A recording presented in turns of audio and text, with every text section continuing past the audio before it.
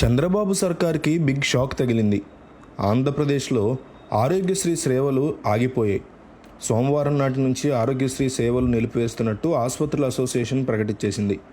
ఇప్పటి నుంచి EHS, OP సేవల్ని మాత్రమే బంద్ చేస్తున్నట్టు తెలిపింది.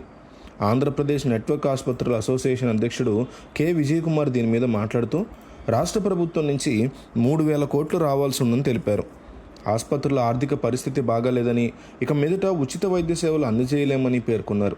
ఈ క్రమంలోనే ఆరోగ్యశ్రీ సేవలు, వైద్య సేవలు నిలిపివేస్తున్నట్టు ప్రభుత్వానికి నోటీసులు ఇచ్చామని ఆయన తెలిపారు.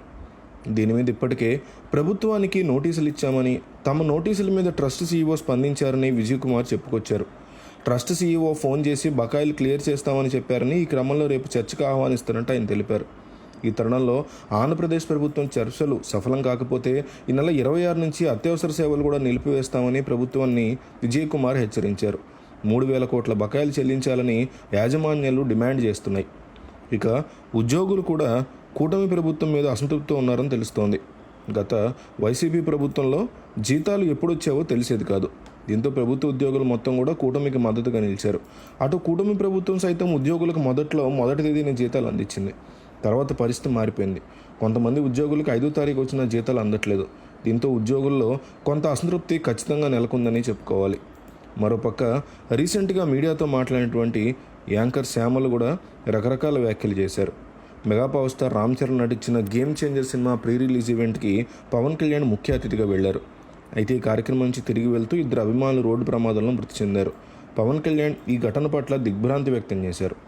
మృతుల కుటుంబాలకి 5 లక్షల చొప్పున సాయం ప్రకటించారు. గత వైసీపీ ప్రభుత్వం యొక్క నిర్లక్ష్యం వల్లే 2 మరణించారని పవన్ ఆరోపించారు. పవన్ వ్యాఖ్యల మీద వైసీపీ అధికార ప్రతినిధి యాంకర్ శ్యామల ఆగ్రహాన్ని వ్యక్తం చేశారు. డిప్యూటీ సీఎం పవన్ కళ్యాణ్ నీతులు చెప్పడం వరకేనని, ఆచరణ ఉండదని విమర్శించారు. గేమ్ చేంజర్ మెగా ఈవెంట్కి హాజరైన 2 అభిమానులు రోడ్డు ప్రమాదంలో చనిపోతే ఈ ఘటనని రాజకీయం చేస్తూ నెపాన్ని గత ప్రభుత్వం మీద నెట్టేసి చేతులు దులుపుకోవాలని ప్రయత్నిస్తున్నారని శ్యామల ఎద్దేవా చేశారు. కాకినాడ రాజమహేంద్రవరం మధ్య ఉన్న ఏడీబీ రోడ్డు ఛిద్రమైందని మీకు ముందుగానే తెలిసినప్పుడు ఈవెంట్కి మీరు పర్మిషన్ ఎందుకు ఇచ్చారు సార్? సీజ్ ద రోడ్ అనాలి కదా అంటూ ఆమె పవన్ కళ్యాణ్కి కౌంటర్ ఇచ్చారు. సినిమాలకి రండి, చొక్కాలు చించుకోండి, బైక్ రేసింగులు చేయండి, ఈలలు వేసి గోల చేయండి అంటూ యువతను రెచ్చగొడుతూ మీరు మాట్లాడిన మాటలు ఒక డిప్యూటీ సీఎం స్థాయిలో ఉండి మాట్లాడాల్సిన మాటలేనా అని ఆమె పవన్ని ప్రశ్నించారు. మీ కారణంగా 2 వ్యక్తులు ప్రాణాలు కోల్పోతే కనీసం వెళ్ళి పరామర్శించారా? అంటే మీ స్వార్థానికి అమాయకుల ప్రాణాలు బలి చేస్తున్నారా అంటూ శ్యామల తీవ్రస్థాయిలో ఆక్షేపించారు.